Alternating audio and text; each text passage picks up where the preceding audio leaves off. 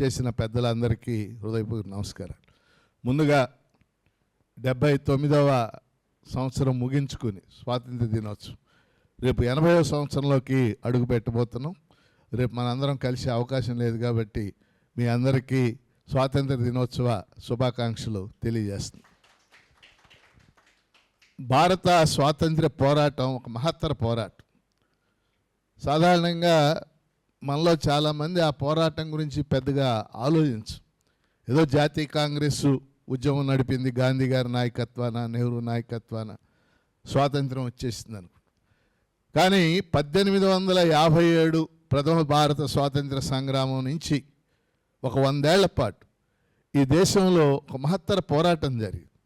జాతీయ కాంగ్రెసు, మితవాదులు, అతివాదులు, గాంధీ నాయకత్వాన ప్రధాన స్రవంతి పోరాటాన్ని జాతీయ కాంగ్రెస్ నిర్వహించింది. గాంధీ గారు వచ్చాక కూడా సహాయ నిరాకరణ ఉద్యమం, ఉప్పు సత్యాగ్రహం, క్విట్ ఇండియా ఉద్యమం, కోట్లాది మంది ప్రజలు అందులో పాల్గొన్నారు. మరి వాళ్లతో పాటు విప్లవకారులు భగత్ సింగ్, రాజగురు, సుఖదేవ్ లాంటి విప్లవకారులు కొన్ని వందల మంది ఉరితీయబడ్డారు. అల్లూరి సీతారామరాజు లాంటి వాళ్ళు కాల్చి చంపబడ్డారు. వాళ్ళ పద్ధతుల్లో వాళ్ళు జాతీయ ఉద్యమంలో పాల్గొన్నారు. రైతాంగ ఉద్యమాలు జరిగినాయి, అట్లా కార్మిక ఉద్యమాలు జరిగినాయి. రైతాంగ ఉద్యమాల్లో కూడా రైతుల కోసం పోరాటం చేస్తూ దాన్ని జాతీయోద్యమానికి వాళ్ళు లింక్ చేశారు.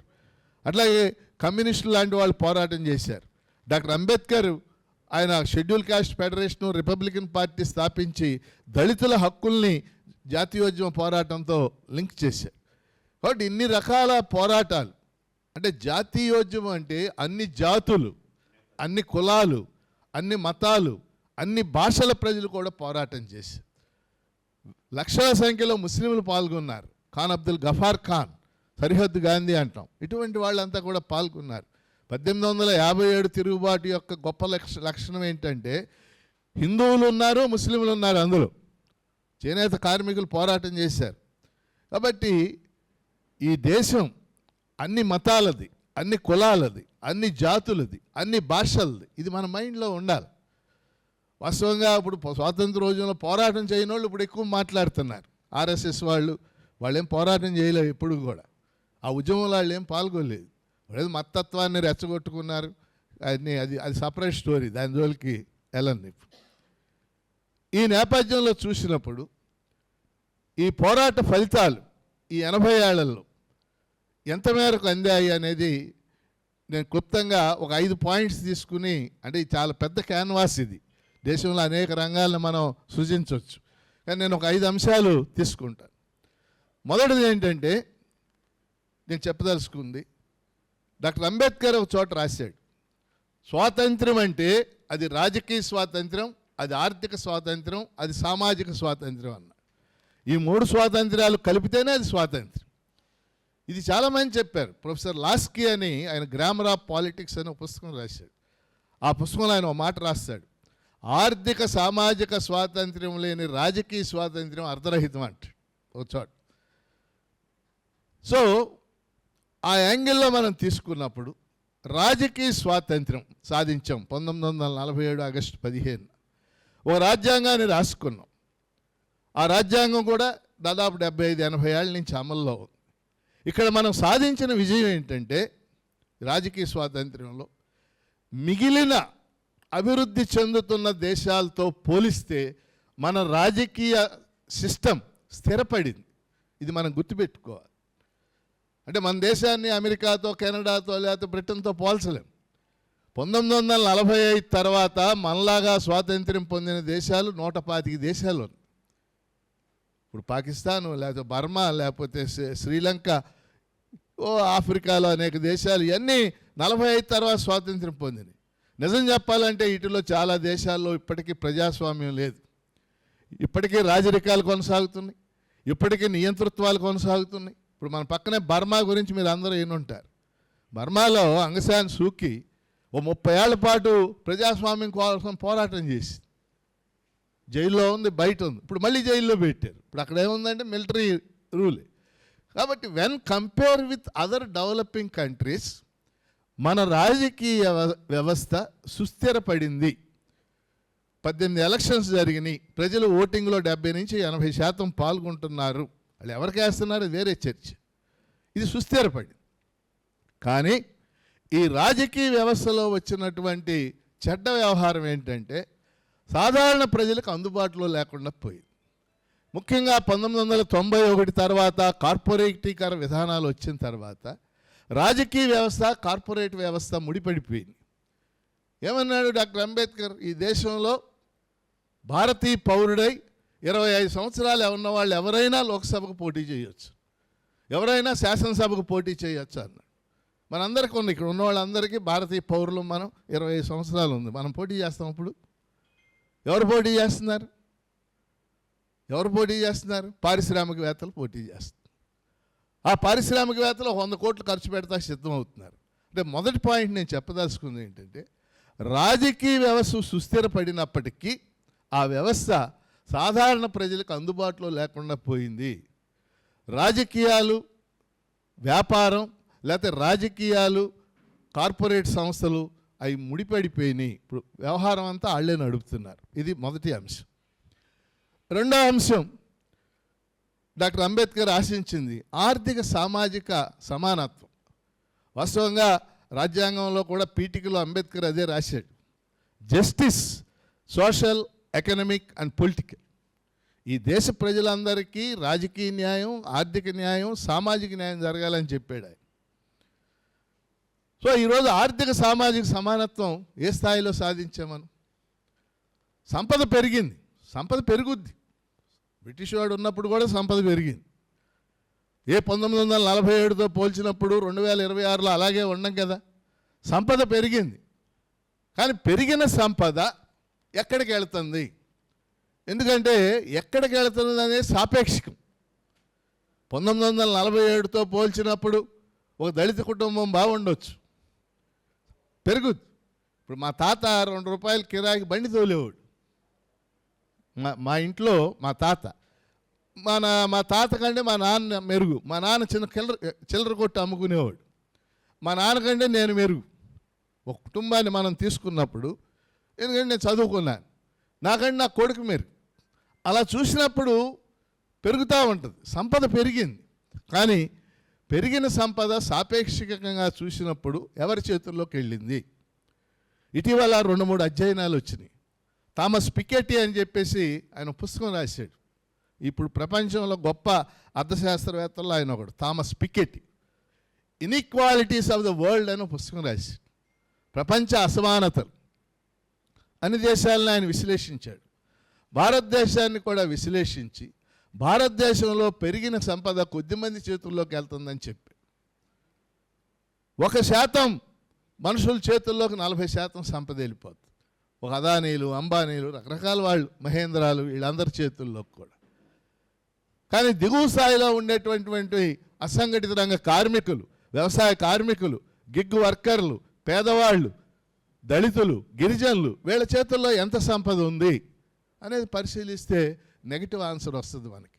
కాబట్టి ఆర్థిక సామాజిక అసమానతలు విపరీతంగా పెరిగినాయి. నేను 5 పాయింట్స్ చెప్పదలుచుకున్నా. మొదటి పాయింట్ చెప్పాను. మొదటి పాయింట్ ఏంటంటే రాజకీయ వ్యవస్థ సుస్థిరమైనప్పటికి కూడా అది సాధారణ ప్రజలకు అందుబాటులో లేకుండా పోయింది.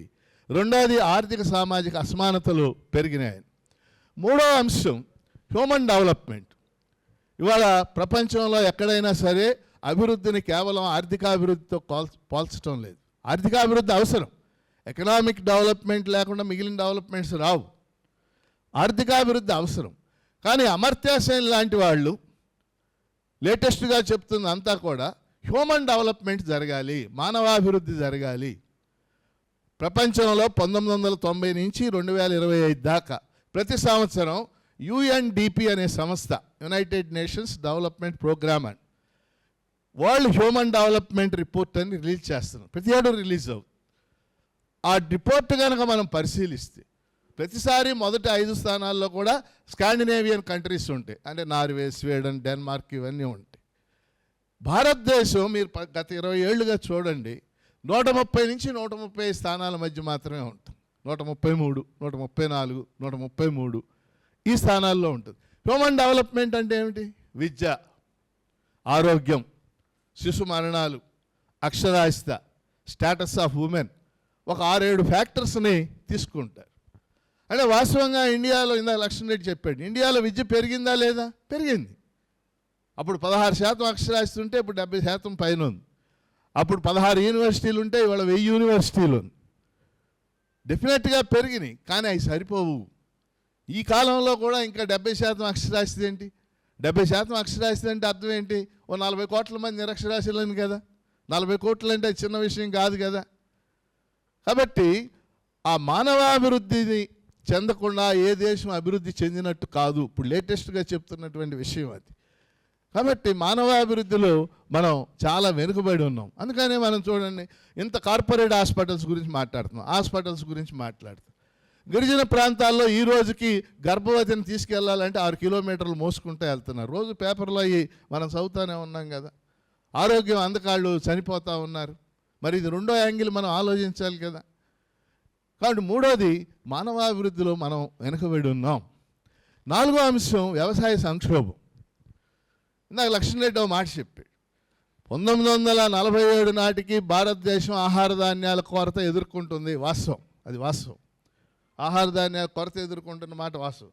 వాస్తవంగా 1944-45 ఆ ప్రాంతాల్లో బెంగాల్లో భయంకరమైన కరువు వచ్చింది. మనుషులు పీక్కు తిన్నారని అమర్త్య సేన్ దాని మీద ఓ పుస్తకం కూడా రాశాడు. అప్పుడు మన ఆహార ధాన్యాలు లేక దిగుమతులు చేసుకున్నాం. PL 480 కింద గోధుమలు ఇవన్నీ అమెరికా లాంటి దేశాల నుంచి దిగుమతి చేసుకున్నాం. తర్వాత వచ్చినటువంటి దాంట్లో ఆహార ధాన్యాలు మెరుగుపడినాయి. ముందు అందరం అన్నం తినగలుగుతున్నాం. కానీ ఈరోజు మీరు చూస్తే, ఎందుకంటే భారతదేశంలో ఇది ఎంత ముందుకెళ్ళినా వ్యవసాయ రంగమే ప్రాథమికమైంది ఇప్పటికి కూడా.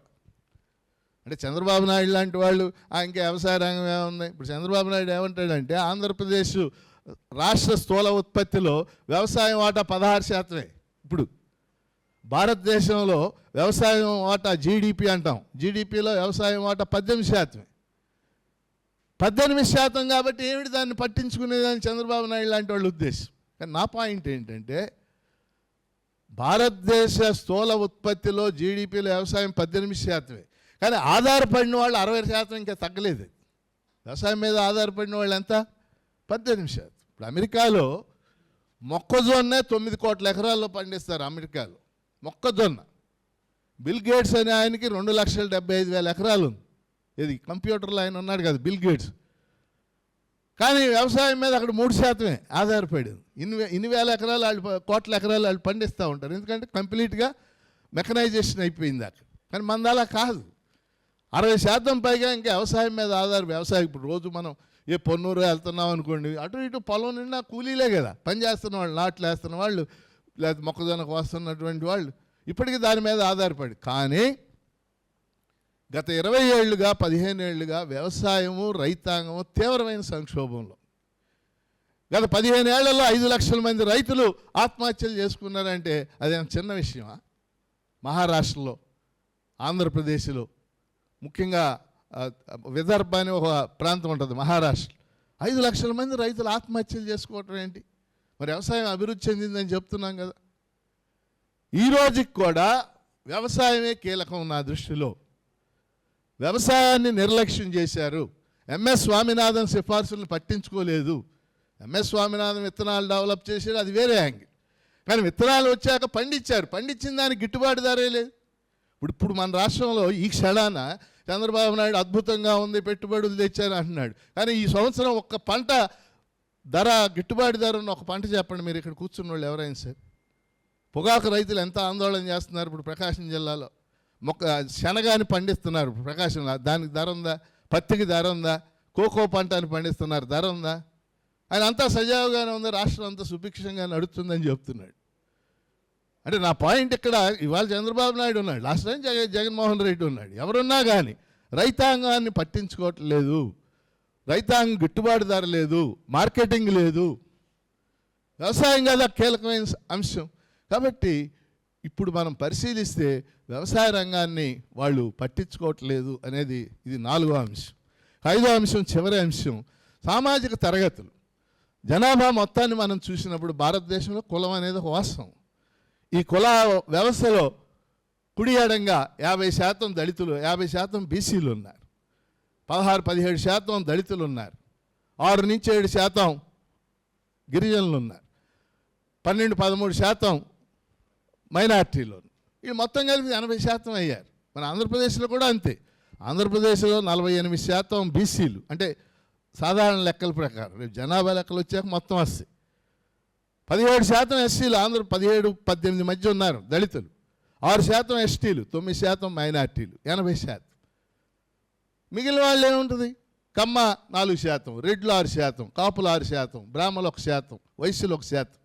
అంటే కులం అనేది ఒక వాస్తవం అయినప్పుడు ఈ కులాల్లో అణచివేతకు గురైన వర్గాలుగా ఉన్నటువంటి దళితులు, గిరిజనులు, బీసీలు వీళ్ళ అభివృద్ధి కదా. ఇప్పుడు దీన్నే మనం ఇంక్లూజివ్ డెవలప్మెంట్ అంటున్నాం, సమ్మిళిత అభివృద్ధి. వీళ్ళందరూ అభివృద్ధి జరగాలి కదా. వీళ్ళల్లో కొంతమంది రిజర్వేషన్ల వల్ల కొంతమంది అభివృద్ధి చెంది ఉండొచ్చు, లేకపోతే రాజకీయపరమైనటువంటి రిజర్వేషన్స్ వల్ల కొన్ని నియోజకవర్గాలు రిజర్వేషన్కి పెట్టడం వల్ల కొంతమంది ప్రజాప్రతినిధులుగా, కొంతమంది టీచర్లుగా అభివృద్ధి చెంది ఉండొచ్చు. కానీ ఓవరాల్గా చూసినప్పుడు దళితులు, గిరిజనులు జీవన విధానంలో వచ్చిన మార్పులు ఏంటి, వాళ్ళకి 70-80 ఏళ్ల స్వాతంత్రం వాళ్ళకి ఏం సాధించి పెట్టింది, అది మనం పరిశీలించాల్సినటువంటి అంశం. కాబట్టి చాలా రంగాలు ఉన్నాయి మనకు తెలుసు, సైన్స్ అండ్ టెక్నాలజీ అవి ఇవన్నీ కూడా ఉన్నాయి. ఏదైనా చివరి పాయింట్ నేను చెప్పదలుచుకుంది, ఇప్పుడున్న ప్రభుత్వం కేంద్రంలో ప్రతిదీ మేమే చేసాం, మా గొప్ప అని ఆ ఛాతీని విర్రవీగి చూపించడం కనపడుతుంది. ఏమి చేశారు వీళ్ళు? 2014లో నరేంద్ర మోడీ అధికారంలోకి వచ్చి 12 ఏళ్ళు అయింది. నరేంద్ర మోడీ పలానా ప్రాజెక్ట్ కట్టాడు, పలానా పరిశ్రమ పెట్టాడు అనేది మీలో ఎవరన్నా ఒకళ్ళు చెప్పండి. ఆయన పెట్టుకుంటాడు, లేకపోతే లేదు. కానీ అంతకుముందు ఏమీ జరగలేదు. నిన్న నేను విక్రమ్ సారాభాయ్ గురించి ఒక ఆర్టికల్ చదివాను. Vikram Sarabhai father of Indian space research.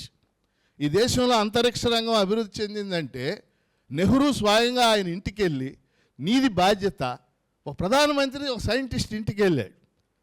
ఆయన త్రివేంద్రంలో స్పేస్ సెంటర్, అహ్మదాబాద్లో స్పేస్ సెంటర్, బెంగళూరులో ఇస్రో, ఇక్కడ శ్రీహరికోటలో ర్యాకెట్లు ప్రయోగించే కేంద్రం ఆయన ఉండగానే స్థాపించారు. అవన్నీ పెట్టారు కాబట్టి వాళ్ళు నువ్వు ర్యాకెట్లు ప్రయోగిస్తున్నావు. అసలు అప్పుడు ఏం జరగలేదంటే ఎట్లా కుదురుద్ది? ఆ రోజున స్టీల్ ప్లాంట్స్ బొకారో, బెలాయ్, రూర్కెలా, దుర్గాపూర్ ఇవన్నీ అప్పుడు పెట్టిన స్టీల్ ప్లాంట్స్. ఐఐటీలు అప్పుడు పెట్టారు, ఐఐఎంలు అప్పుడు పెట్టారు. తర్వాత ప్రాజెక్టులు, ముఖ్యంగా నాగార్జున సాగర్ ప్రాజెక్ట్ నువ్వు కట్టావా? బాక్రానంగల్ ప్రాజెక్ట్ నువ్వు కట్టావా? పరక్కా ప్రాజెక్ట్ నువ్వు కట్టావా? మహానది మీద ఒడిశాలో హీరాకుడ్ ప్రాజెక్ట్ అన్నట్టు నువ్వు కట్టావా? నువ్వు కట్టలేదు కదా.